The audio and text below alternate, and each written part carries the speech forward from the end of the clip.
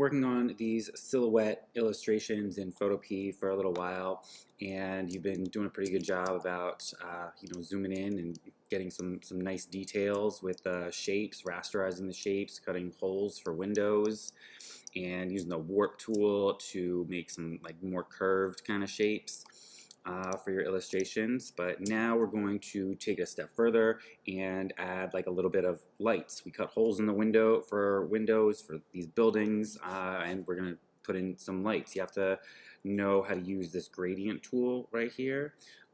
So yeah, I'm gonna get started. First off, you should like open your project in Photopea and make sure that it's like pretty organized in the layers palette. Either like select and group, like Command G, or go to layer, group layers to get these like cool little folders. You can even name them so you know what they are, and you should be able to like kind of turn them off. Just organize this layers palette so you don't have like a ton of this stuff up, because that will kind of confuse you.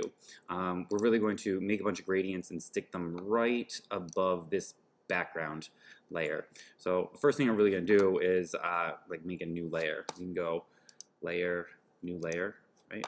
And it's going to stay right above your background layer. And you can even lights, name it lights. And the idea is that it's going to appear kind of through the windows of a building. So let's zoom in on a building. Again, spacebar plus command is plus, or zoom. Anyways, we're going to make a selection and fill it with a gradient. Selections are either rectangle select, or I guess you could do one of those, but for this purposes, windows are basically rectangles. We can just hit the rectangle select tool, select over a rectangle, and that's the area that I'm going to fill in with a gradient. Gradients right here. So you click the gradient tool, and then up at the toolbar at the top you have all your options. Really, you have to like edit the gradient. So you click on the gradient right here. It's a brown black gradient, which doesn't make any sense to be light. So you click on it, and then you have the color.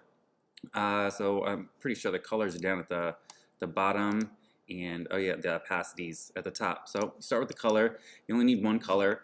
So on the left hand side you pick the color, right? You select that node and click the color right here, and then you can change the color, something that makes sense, like a yellow for light. Right. The other one, doesn't matter what color it is, we just want to make it transparent. So that's the node at the top. So you click the node at the top, and then you have the opacity slider right here. You have to like check this little arrow or just hit 0 in there. And then you can see like the checkerboard pattern means it's transparent. There's nothing there. So it goes from yellow and fades out to nothing. Right? That's what you want. Hit OK.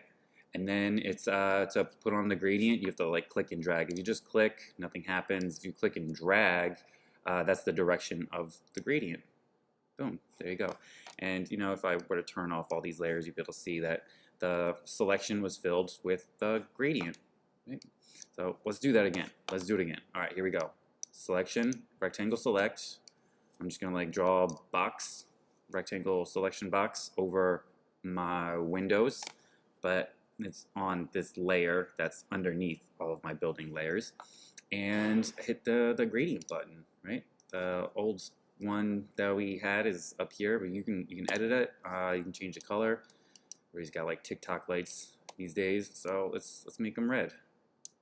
Red light. Hit OK.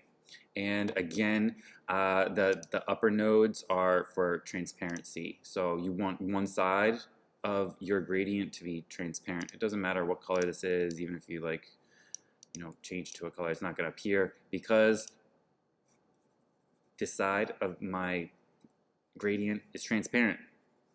Hit OK. Right? So it looks like this. It fades out to nothing, to this checkerboard pattern. And to apply the gradient, you have to click and drag out like a line. If you like click to an angle, it goes to an angle, right? So I hit Command Z, and everybody puts their like TikTok lights at their ceiling.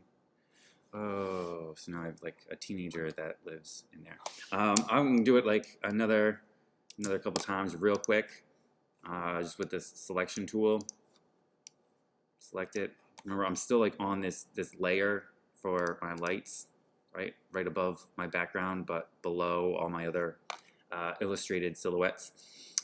Make this the selection, and then the gradient tool here, and you edit the gradients here. First time you do it, you're gonna have to click this like the upper right node and make sure that the opacity's all the way down to 0. That way you have this kind of effect of the light fading out. And you can choose some fun colors. Let's do an orange. Hit, whoops, no, go back to orange. I like that orange. Here, okay. And that's the gradient. That's what it should look like. It should be transparent on one side and have a color on the other side. And then, yeah, click and drag, and it fills that area. One more time. This is the last time I'm doing it. Make a selection. Remember, I'm still adding this gradient to its own layer. That's below all my silhouette illustrations, but above my background. And after I have the selection, hit the gradient tool, and then up here where you change the gradient, you make the top right node transparent, the bottom left node a fun color, green, let's do green. And then that's what it looks like. The checkerboard pattern means that it's fading out into nothing. Hit OK, and then you click and drag your gradient line. The further you drag it, the longer the gradient is. So it'll appear like almost full if you do that. But the idea is to let it like kind of fall out. There we go. That's it. And to like deselect, Command D. You can have some fun with this and like I said, just fill up a layer for your lights in your windows. You could, be creative and take it a step further, illustrate something else like a street light. I have a moment, so let's do it. Make a line for my street light. Oh, let's make it black, right? And let's make an ellipse for my street light. And layer, rasterize it. And then select half of it, delete it, right? Command D to deselect. And now, oh, this is all on one layer, isn't it? Sugar plums. And I want to move it over. So I'm going to like select this part of that layer, hit Command X to cut it, and then hit Command V to paste it. And I'm pretty sure it'll paste on its own layer now. Great. Now it's on its own layer, and I can kind of position it. Right, and I need to attach it. I'm gonna have to draw another line. There we go.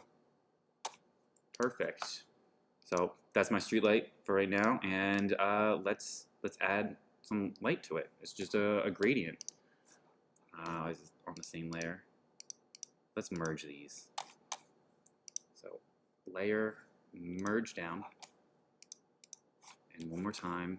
Layer, merge down. Just be real careful when you're merging stuff, people, so you don't like merge stuff that doesn't belong together. So, I have like my whole street light is on its own layer. Boom. Okay. And now I'm going to, let's see, I'm going to make a new layer just for my street light. Street light lights. This is where I'm going to put the gradient. And just going to make a rectangle selection right underneath where the light would come out. Gradient tool. Change the gradient to maybe yellow. Right? Got it. One side's transparent. Hit OK. And then we click and drag inside that selection. Just click and drag. Boom. Now we have light coming out of my street light. I'm going to hit Command D to deselect it, and just change up the order. You can always like switch the stacking order of your layers. Yeah, this is the street light, right? Okay, and you can move it and position it so it looks right. If it was the other way, it would look, that doesn't look right at all. So take the time, position your layers so they make sense and it looks good. You can like take this a step further and like kind of stretch and distort this. Just by using these handles, you're just free transforming it.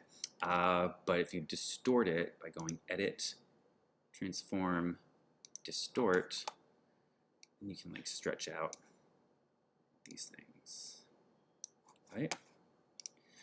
Looks pretty awesome. And now we can make even more magic happen. I'm gonna just, here, layer, merge down, right? So now I have it all on one layer, and you illustrate something once, copy, paste it,